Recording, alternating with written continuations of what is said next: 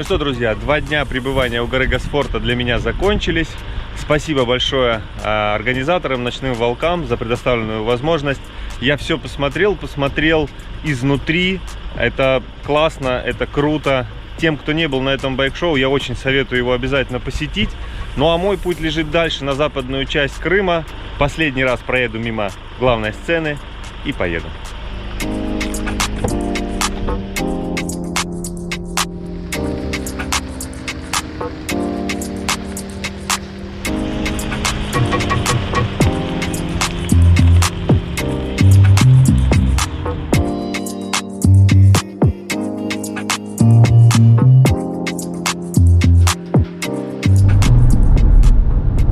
Выехал от горы Госфорта, двигаюсь в сторону западной части Крыма, в сторону мыса Тарханкут, и понимаю, что сейчас такой момент в моем путешествии, практически уже переломный. В любой дороге есть всегда такой момент, когда ты понимаешь, что начинаешь возвращаться домой.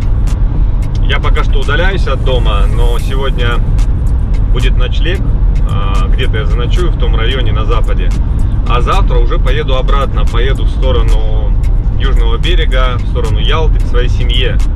Дело в том, что я обещал моей семье, что последние 2 дня их отдыха я побуду с ними.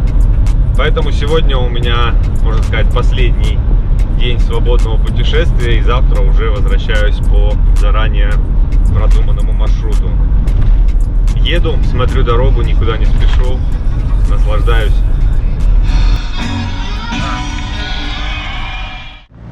На проезде через Евпаторию есть интересное место, озеро, где лебеди совершенно не боятся людей и подходят прямо к берегу.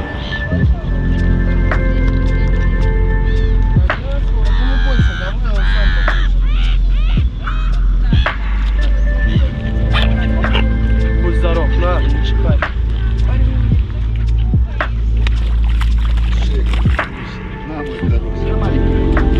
Откуда их здесь так много? Да? Все время, круглый год. Потому что тепло, да? Им здесь удобно. Это именно озеро, как Лебединое еще называется. Зимой бывает улетают, но они на море плавают. Их на море можно увидеть. Вот так вот люди и лебеди могут быть вместе. Такое красивое небо и такие хреновые дороги. Заехал на заправку, купил себе кофеек, сосиску в тесте, заправился, соответственно. Хотел еще купить сахар, но сахара у них в продаже нету, поэтому ловите лайфхак, покупайте кофе, идете делать себе кофе и тырите немножечко сахара в кармашек, чтобы вечером попить с ним чаек. Вот так вот, учитесь, ребята, пока меня не арестовали за это. А указатель у меня показывает, что до Оленевки осталось 22 километра. Значит, я уже совсем рядом с целью своего сегодняшнего путешествия.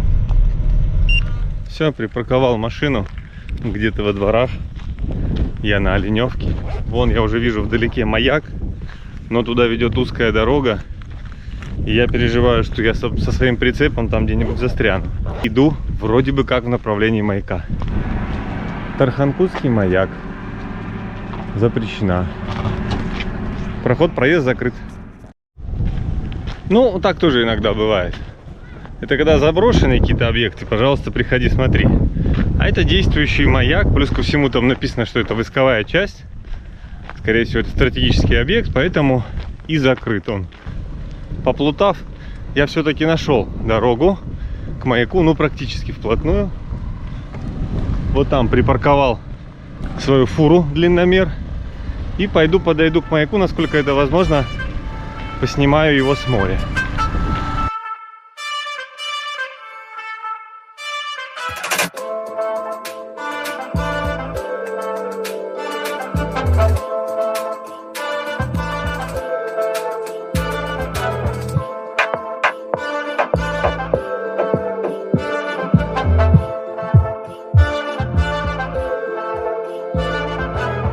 От маяка на мысе Тарханкут, если смотреть на него с суши, левее уходят дороги, и туда едет очень много машин.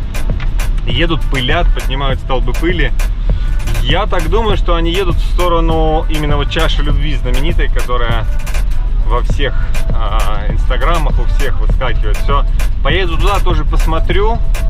Надеюсь, мне повезет, и у меня тоже будет такая фоточка для инстаграма. Экскурсионный экологический маршрут номер 2. Маяк. Пойду посмотрю, кстати.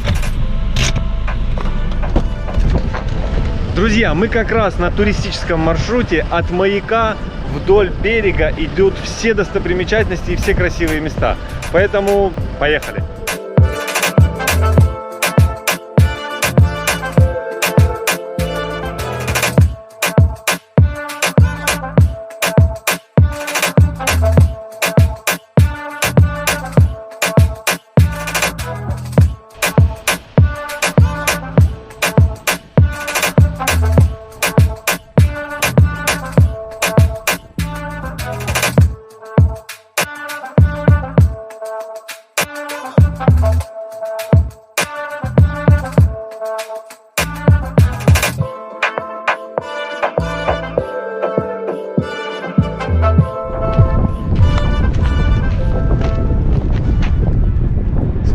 Мыслитель, сердце Тарханкута, установлена на западной части Крымского побережья.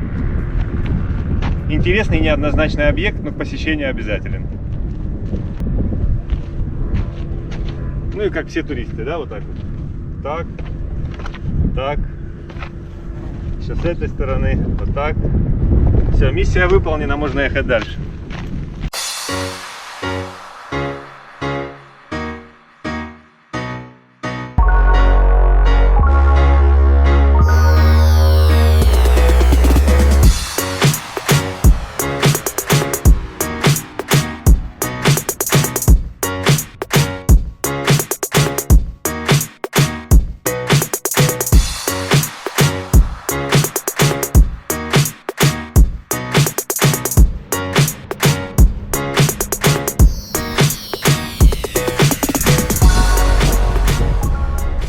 В общем так, друзья, я вам сейчас вот эту всю красоту показал.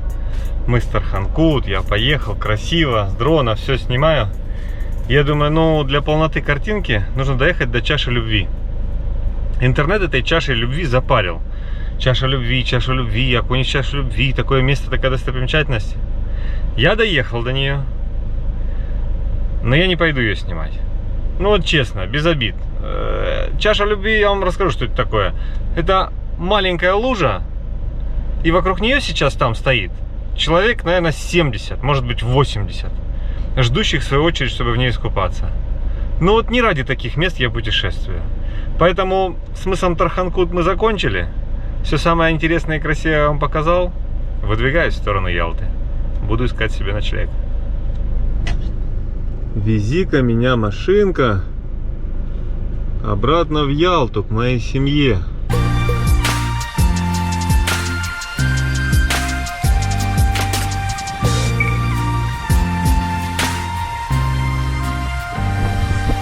Мы с вами побывали и в районе Балаклавы, и на карьерах, и бочку смерти видели, так называемую, и объект 100. Но кто-нибудь может мне объяснить, что вот это? Что это за сооружение? Ну вот, я не буду читать надпись, выцарапанную на нем гвоздем. Но по факту это вот такой вот предбанничек. И вот такая штучка, труба.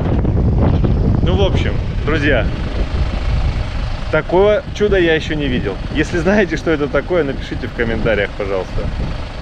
По дороге к мысу Тарханкут, проезжая Евпаторию, я обратил внимание, что на въезде в город есть замечательный песочный пляж, на котором стоит очень много автокемперов. Поэтому я решил вернуться на ночлег именно туда. Кроме того, карты мне подсказывали, что напротив этой косы находится розовое озеро Сасык-Сиваш, которое мне также хотелось посмотреть. Все эти дни пытался проснуться пораньше, чтобы заснять на камеру рассвет. Хотя бы где-нибудь. Я надеюсь, завтра здесь это получится. Посмотрим.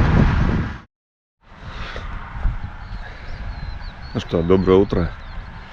У меня получилось это сделать. Я в Евпатории, на берегу моря. Вот там у меня еще светит луна.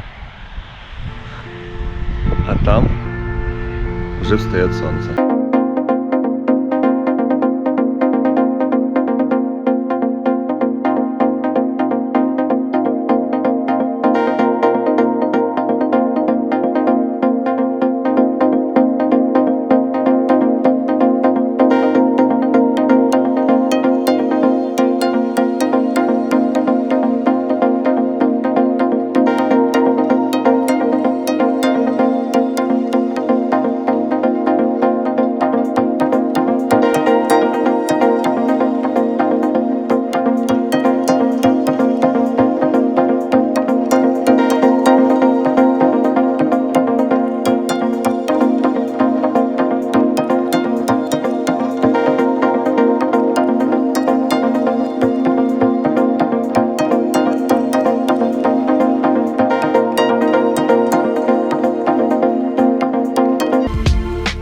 В общем, я сейчас только что взлетел на дроне, посмотрел, где находится это розовое озеро Сасык-Сиваш. Оно буквально вот недалеко здесь.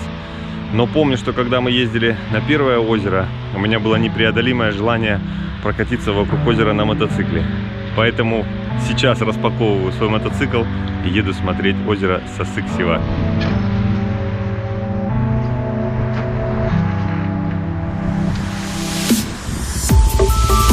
Итак, друзья, отправляемся на поиски озера Сасык-Сиваш, крупнейшего соленого озера на Крымском полуострове. Площадь озера 75,5 километров, глубина около полуметра, местами доходит до 1,5 метра. Название озера переводится как «вонючая грязь» или «зловонная грязь». Это название озеро получило в 14-15 веке от тюркских племен. На озере добывают соль, причем состав соли из этого озера поистине уникален. В соль входят цинк, медь, калий, натрий, марганец, йод, Б-каротин, железо и другие редкие компоненты.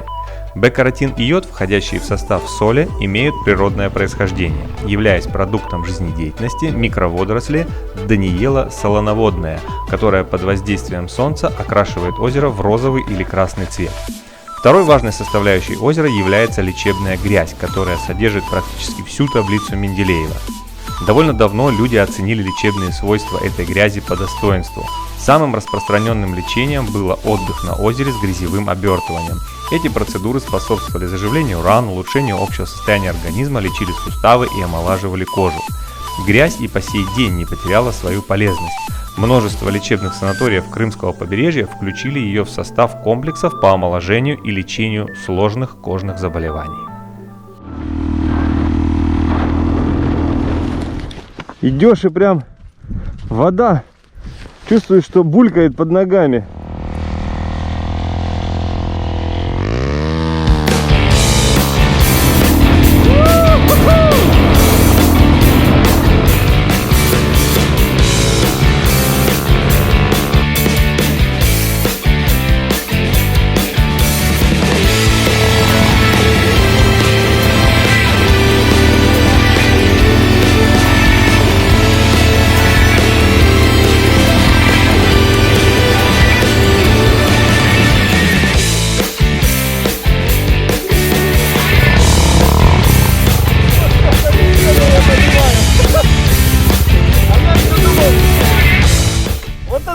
Я еще думал, распаковывать мотоцикл мне или нет.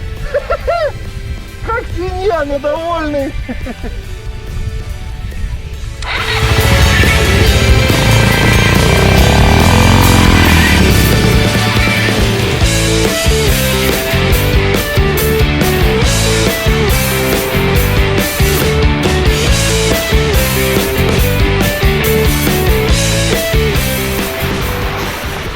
Все, теперь можно ехать.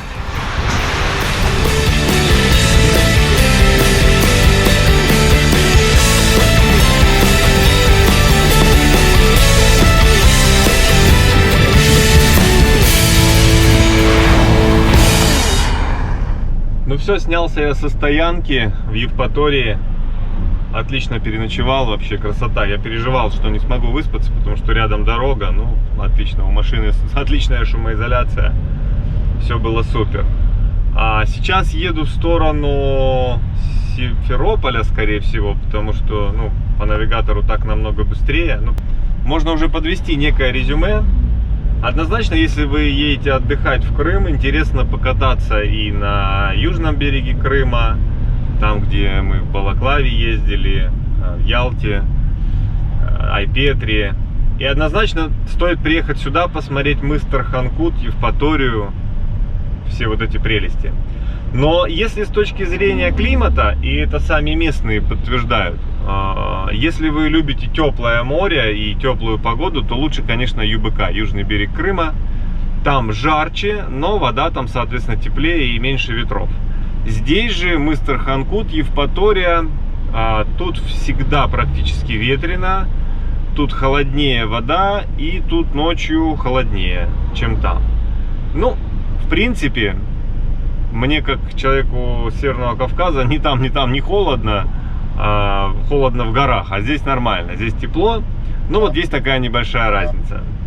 Поеду к своей семье в условия лакшери Resort & Spa, 3-разового питания и 4 бассейнов. 2 дня с ними побуду и поедем домой, потому что в понедельник уже на работу. Я считаю, приключение еще не закончилось, но уже состоялось. Я сейчас еду по Севастополю в пробке и вижу огромный баннер: 7 августа чемпионат по регби. По регби. Вы понимаете, да? Мы в России, чемпионат по регби. Что здесь происходит, я не понимаю. Это корни Украины так влияют на виды спорта, которыми люди здесь занимаются. Регби. Я даже никогда не видел в России, чтобы кто-то в регби играл. Тут чемпионат по регби. Домой приеду, надо загуглить, чем здесь люди вообще занимаются, что они курят. Если вы думаете, что я шучу насчет регби, вот вам доказательства. Вот он, 7 августа, 17:00. Кубок. Кубок по регби. Вы понимаете? Это не просто кто-то решил поиграть в регби, это кубок. Финиш просто. Ну что, друзья, давайте подводить итог этого путешествия. Крым однозначно интересен для любого путешественника, а особенно когда ты везешь с собой мотоцикл. Крым скрывает в себе столько интересных мест, что за один приезд их все точно не посмотреть, а значит, скорее всего, я сюда еще вернусь. Понравилась ли мне тема One Life? Однозначно да. Это круто, когда ты путешествуешь и понимаешь, где будет твой следующий ночлег только приблизительно, и сам выбираешь место своей стоянки.